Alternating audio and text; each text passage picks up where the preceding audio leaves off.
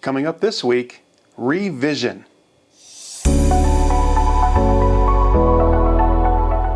Hi everyone, and welcome again to Sunday Spoilers, a chance for us to take a look at what's coming up on Sunday, a chance to give a little bit of spoilers, to give ourselves an opportunity to be prepared for worship. Worship is an important time for us. It's a time that we dedicate to God. It's a time that we experience and connect with God.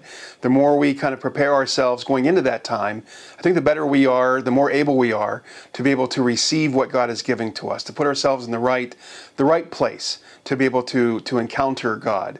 So we're continuing our theme of the prefix re, looking at how we can do things again with the intention of being better. We've looked at different words, refocus, reengage, reconnect.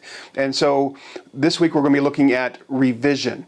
And I think a lot of times when we think of revision, we think of revising something. But it's kind of along the same lines. We have a chance to re-see things, to have vision, but to see things again, to see things in a new kind of a way. And the text we're going to be looking at this coming Sunday is from the Gospel of Luke, chapter 10, verses 1 through 9. So let me go ahead and share that, and we'll talk about a couple of things about that in a second. After this, the Lord appointed 72 others and sent them 2 by 2 ahead of him to every town and place where he was about to go. He told them, "The harvest is plentiful, but the workers are few. Ask the Lord of the harvest, therefore, to send out workers into his harvest field. Go, I am sending you out like lambs among wolves. Do not take a purse or bag or sandals, and do not greet anyone on the road. When you enter a house, first say, 'Peace to this house.' If someone who promotes peace is there, your peace will rest on them. If not, it will return to you. Stay there, eating and drinking whatever they give you, for the worker deserves his wages. Do not move around from house to house. When you enter a town and are welcomed, eat what is offered to you. Heal the sick who are there and tell them, the kingdom of God has come near to you." You know, in a way, the people he's sending out here, these 72 people that he's sending out, they're really casting a vision.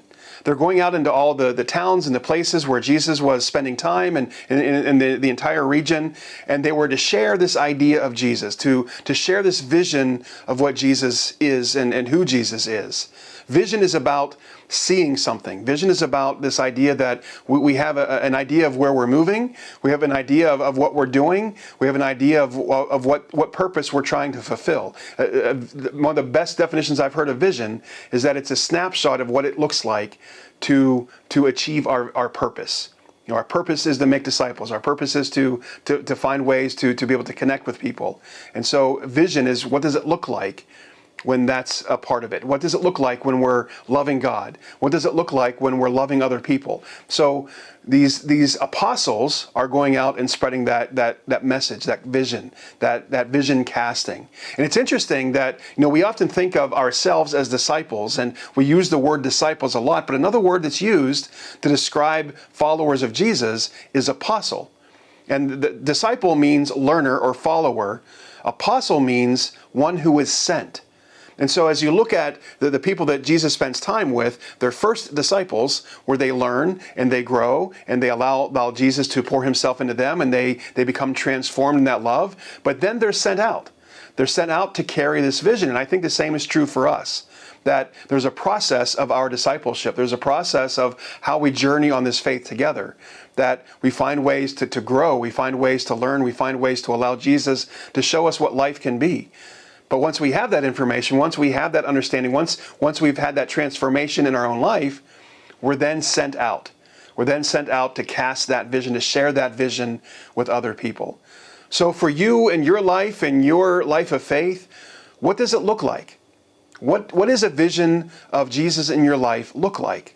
How can you share that with someone else? How can you share that idea of having Jesus with you?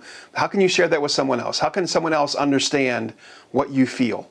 How can someone else understand what it means to you to have Jesus? And as we come together to worship this Sunday, we'll experience that together, and we'll find a way to be able to share that, to revision this great purpose that God has for us. I hope that you all have a great day, and I'll see you this coming weekend in worship. Take care, everyone.